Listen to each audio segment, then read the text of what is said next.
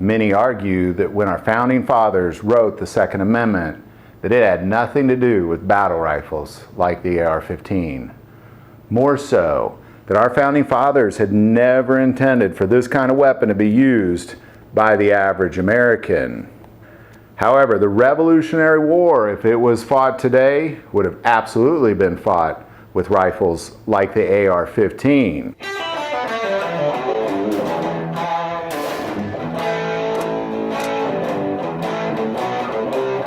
When the Revolutionary War began, the Americans had very little money and no strong government support from any government on the planet.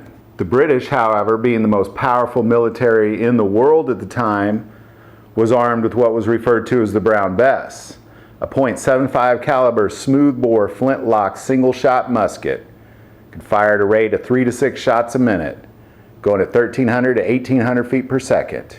This was a battle rifle. At around 100 meters, you could typically hit a target. 300 meters, you're lucky to hit a large area. And this rifle brought about a battle style where they'd line up hundreds of soldiers firing 3 to 6 shots a minute.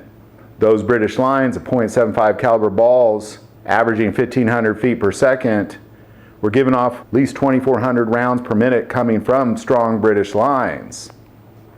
The Americans, originally outfitted with whatever they had, knew the only way to be in an army with firearms made for war is to use better firearms made for war.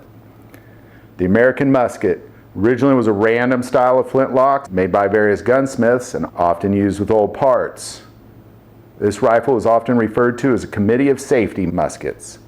When France began to help, they brought on the Charleville, model 1763. It's a musket from France. It's a .69 caliber smoothbore flintlock single-shot musket with a rate of 2 to 3 rounds per minute, 4 if you were fast, giving off speeds of 1,000 to 1,200 feet per second. And again, at 100 meters, you could typically hit a target. 300 meters beyond, you're lucky to hit a general area. Then along comes the Pennsylvania long rifle, also referred to as the Kentucky rifle or the long rifle. This is based on the German Jaeger rifle. It was invented by American-German gunsmiths in Pennsylvania. This rifle's intention to outperform the British Army's firearms, firing a much smaller .25 caliber to a .62 caliber ball. Most commonly was a 40 caliber ball. It's a flintlock with a rifled barrel. It was one of the earliest examples of a firearm using a rifled bore. It's had spiral grooves in the bore which caused a tight-fitting lead ball to spin around on an axis, which greatly increased stability of trajectory and significantly improving accuracy. This gave extreme accuracy for its time at over 200 yards, which ultimately led the British to start arming their soldiers with the British pattern 1776 rifle.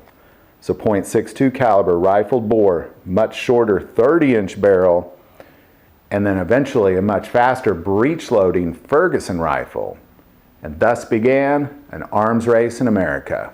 If the Revolutionary War was today, militias from around the country would start with whatever they could use, mostly AR-15s, and then they would move to a high production standard of the most accurate gun giving off the highest rate of fire.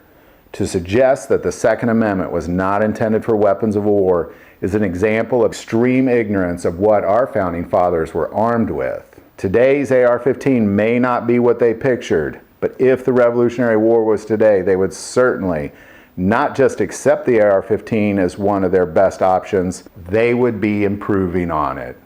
So there you go. Again, suggesting that the Second Amendment was not made for battle rifles is just ignorance. Love to hear your thoughts on this. If you like this video, click like and subscribe. If you feel called to support our channel through Patreon, that link is also below. But the most important part of this channel is we take prayer requests, so never hesitate to send that in. Thank you for watching this episode of God, Family, and Guns. And as always, love God, love your family, and love guns.